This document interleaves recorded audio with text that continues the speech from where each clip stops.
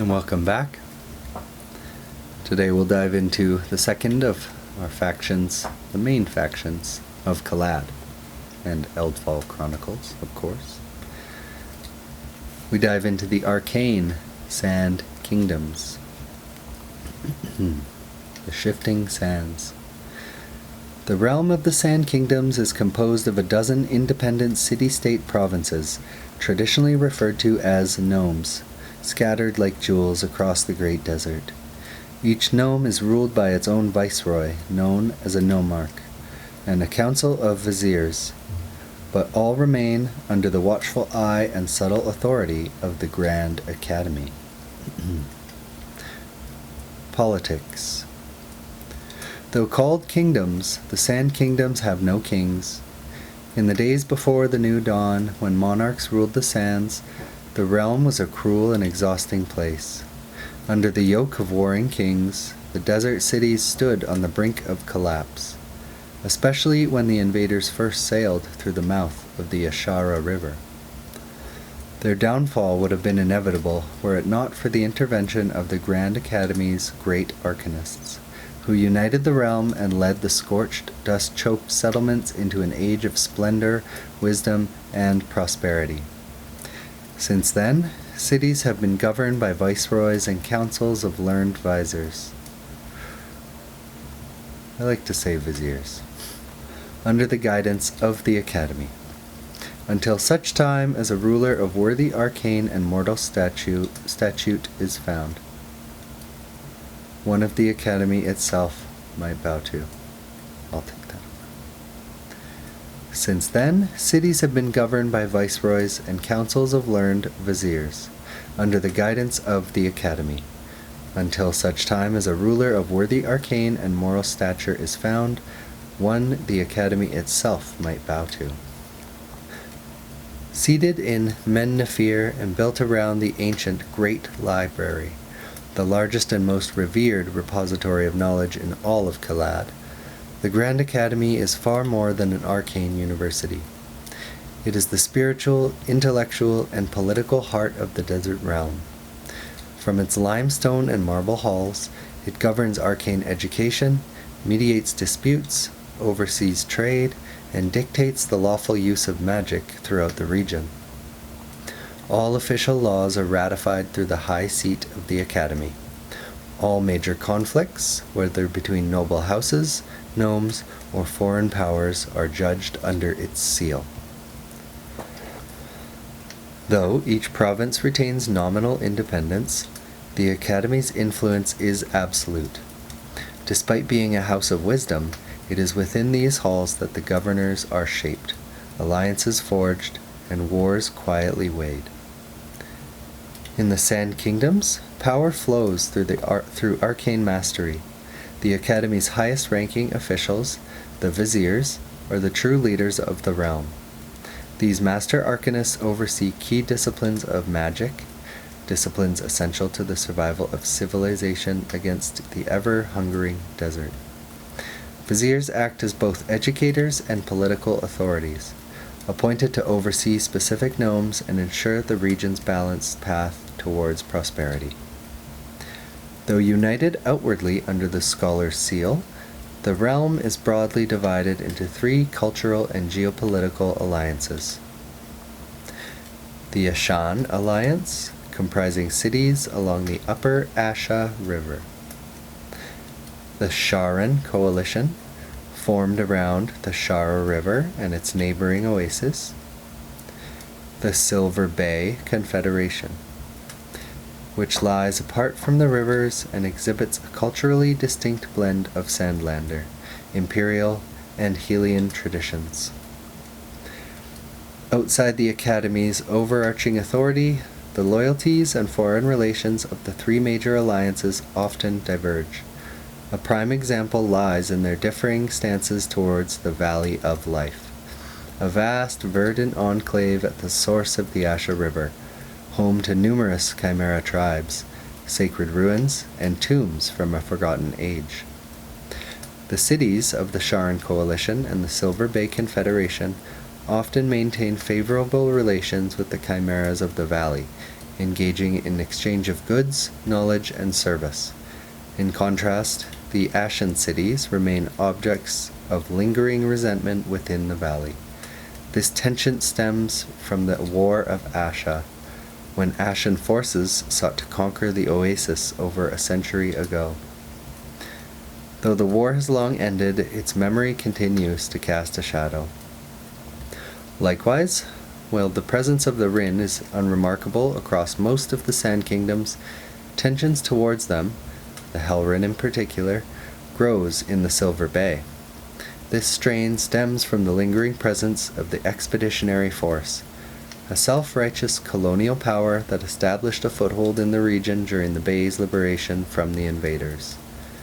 Though centuries have passed, their continued occupation and influence are seen by many locals as an assertion of dominance, breeding resentment beneath the region's regal service. Society. The Sand Kingdoms are a true meritocracy. Birth and bloodline carry little weight against raw arcane brilliance. A farmer's daughter with a gift for magic may rise to shape the laws of a province. A noble's son without talent may live his life in quiet obscurity, a title in name only. Status is earned through ability, study, and accomplishment. Receiving anointment from the academy is equivalent to attaining a noble title, granting not only prestige, but also wealth and influence. Yet, beneath this golden ideal lies a harsher truth. Those without magic, known as Andat, or the ungifted, have few ways of power or influence. They work as laborers, guards, scribes, porters, and servants to the arcane elite. Their toil supports the glittering cities and vast academies, but their voices rarely shape them. Though necessary to the kingdom's survival, the ungifted are often regarded as lesser, essential but expendable. Still, being outside the academy's focus and protected within the secure walls of the city gives the ungifted a surprising degree of personal freedom.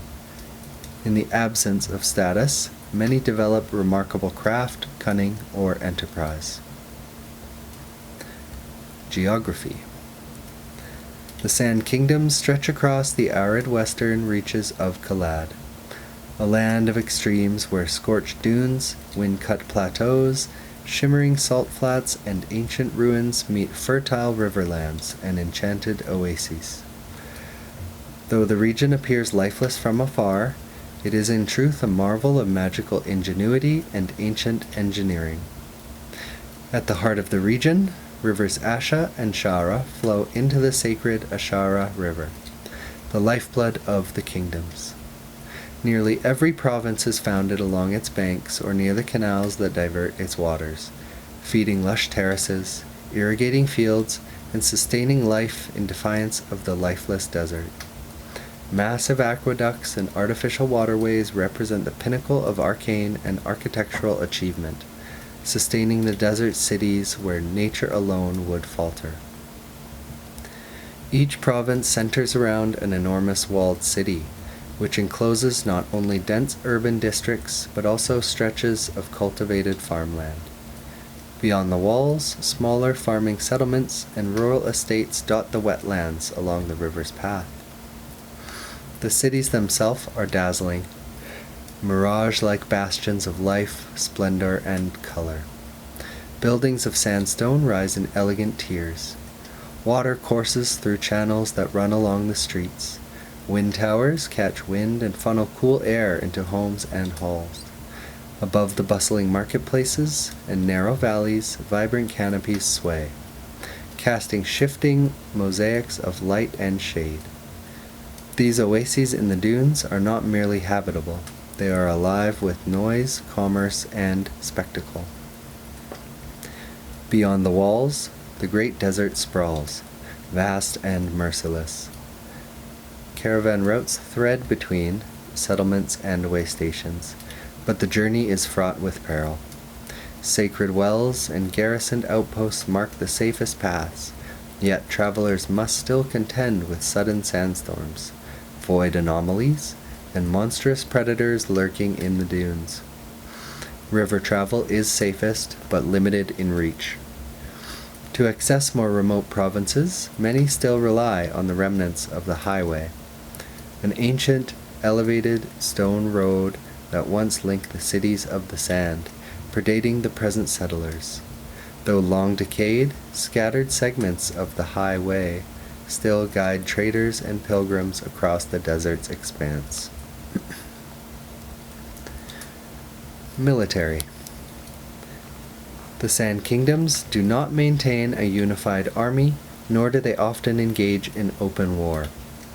The towering walls of the cities, combined with the vast inhospitable sea of sand and the logistical nightmares it brings, deter most aggressors. The desert itself is a primary line of defense, one that punishes the unprepared and buries the ambitious. Each province is responsible for its own defense, marshalling local forces comprised of battle mages, viziers, and mercenaries. Most cities employ one or more sand companies, large, organized bands of mercenaries, often composed of the ungifted. They patrol the cities, guard expeditions, enforce civil order, and in rare cases of warfare, form the backbone of military defense. The cities, however, rely less on brute force and more on arcane dominance. At the slightest threat, the viziers can animate entire regiments of arcane constructs, golems, gargoyles, and other statues summoned into action by teams of conjurers. These elemental warriors of stone, sand, and metal can be unleashed en masse to repel siege or extinguish rebellion. In addition to conventional threats, the Sand Kingdoms are very proficient with mana rifts, tears in the fabric of reality through which void-born entities and corrupted energies emerge. The Grand Academy maintains specialized divisions of battle mages trained to contain or seal these phenomena. Their work is perilous and politically divisive. Some factions within the Academy argue these rifts are opportunities, gateways to new knowledge and power. Others view them as existential threats to be sealed and destroyed without hesitation. What the Sand Kingdoms lack in numbers and terrain, they make up for in wisdom and ingenuity. Their military might is not measured in numbers and might, but in unmatched spell work and arcane cunning of their elite. Education. Each city within the Sand Kingdoms maintains its own schools, where children are taught basic literacy, mathematics, and the foundational arts. These schools are open to all, but only provide primary instruction. Across the realm, scouts of the Grand Academy are dispatched to identify those with an innate gift for magic. Once identified, these individuals are entrusted to the care of noble magi families. These patron houses initiate the gifted in the basics of spellcraft, guiding them through the early stages of their arcane journey. Each family upholds its own traditions, disciplines, and magical philosophies, shaping the young apprentice's path according to their ancient lineage. Upon reaching adulthood, apprentices are expected to journey to Men Nephir and formally present themselves to the Grand Academy. There, they undergo a rigorous arcane education under the Academy's demanding curriculum. Students are trained and tested in various schools of magic, ranging from sorcery, restoration, alchemy, and conjuration to more specialized disciplines. They are also subject to physical and mental conditioning, as arcane mastery demands discipline of both body and mind. Neophytes are subject to intensive study and demanding trials, all in pursuit of the elder wisdom, mastery over the arcane laws uncovered from the ruins of the past. Upon receiving their anointment, the sacred rite of passage, an apprentice is recognized as a full magus. With it comes the warrant of praxis, a formal license making them as a sanctioned practitioner of arcana. This warrant is legally required to cast magic in public, join the Academy's ranks, or hold public office within the kingdoms. Alongside their warrant, magi are granted noble status and their right to pursue governmental or administrative appointments. Many return to their native nomes to strengthen their former patron houses. Others seek placements across the kingdoms, rising through the ranks of city councils, courts, or academies. The most ambitious may even found noble lines of their own, weaving their name into the ever-shifting politics of the realm. However, before attaining full autonomy, newly anointed magi must complete a mandatory period of service, unless they can repay their stipend in full. This service typically includes mentoring a younger apprentice and contributing to academy-led initiatives. The most talented arcanists may strive for true mastery in their chosen discipline. In doing so, they may attain the prestigious title and privileges of Vizier, the highest station below the Academy's high seat. Viziers can not only lead councils in their respective cities, but are often appointed as viceroys and serve as representatives of the Academy's will across Kalad. The Grand Academy. Headquartered in the capital of Men-Nephir, the Grand Academy is more than a center of learning. It is the true political and arcane heart of the Sand Kingdoms. Built around the base of the Great Library, it stands as a marvel of magical architecture, with levitating towers, gravity-defying bridges, and vast crystalline halls, some large enough to house entire combat arenas. It is here that the scholar's seal is formed and upheld.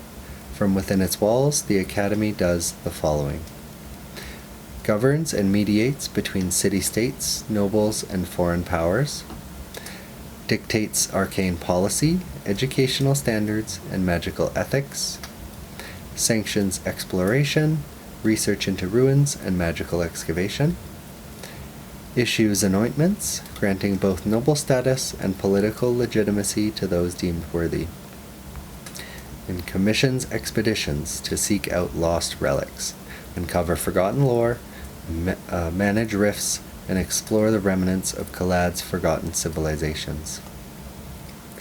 The Grand Academy also maintains a fiercely competitive relationship with the Adventurers Guild.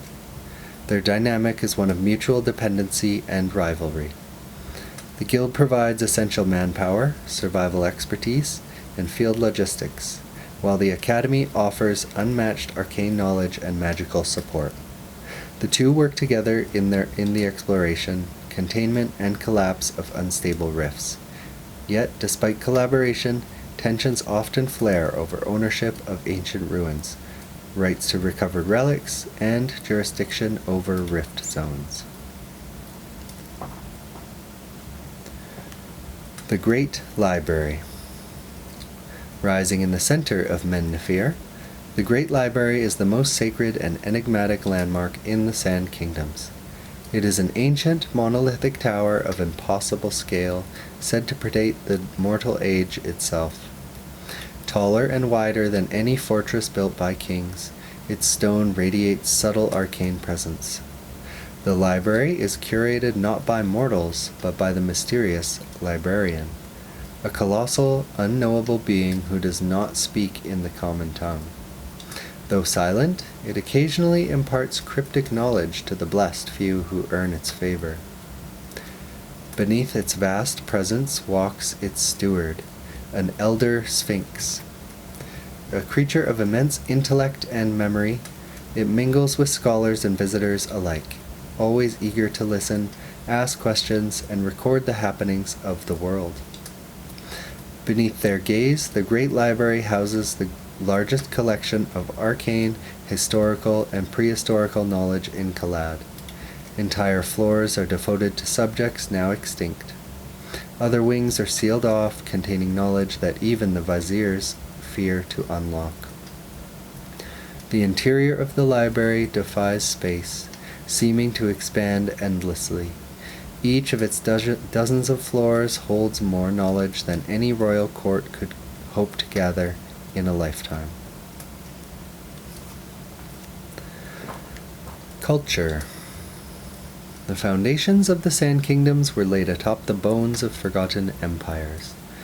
The first settlers were enigmatic human nomads, distinct in appearance from the northern Imperials. As they ventured into the great desert, they encountered the ruins of ancient cities, half buried in dust, and the scattered peoples who still lingered, chimeras, Rin, and other forgotten kin. Upon uncovering the laws of the arcane relics and inscriptions, Upon uncovering the laws of the arcane through relics and inscriptions, these early enclaves blossomed. From humble beginnings, they grew into the greatest cities in Kalad. However, these early kingdoms were not led by wisdom, but by violence. Oppression, arena combat, and endless wars between tyrant kings marred the early years of the Sand Kingdoms. Power was hoarded by the few, and the many suffered.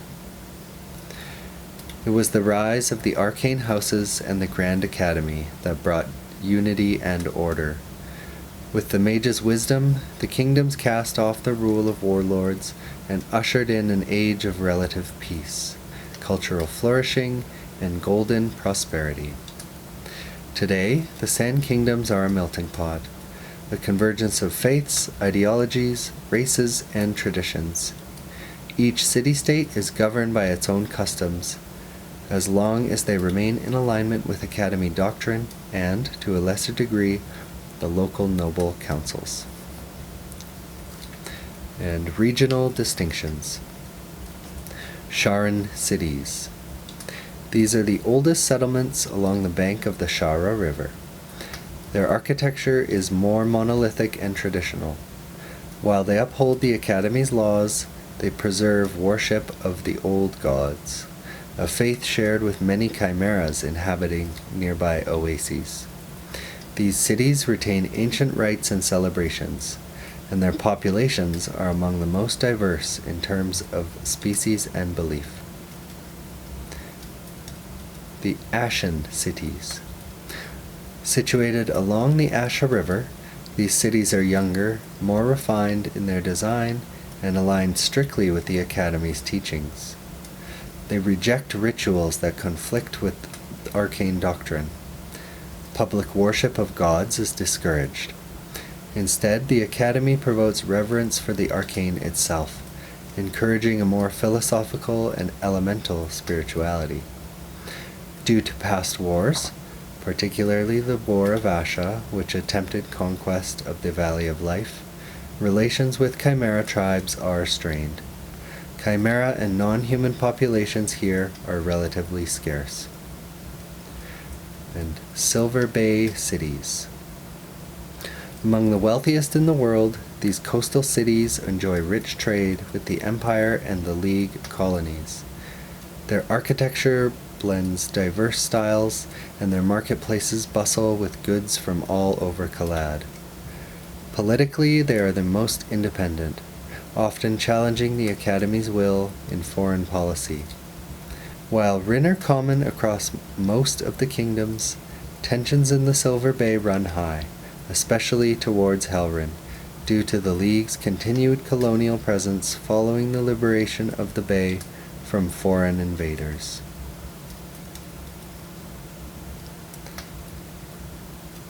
Something tells me that pretty soon we're going to be learning a lot more about the Sand Kingdoms.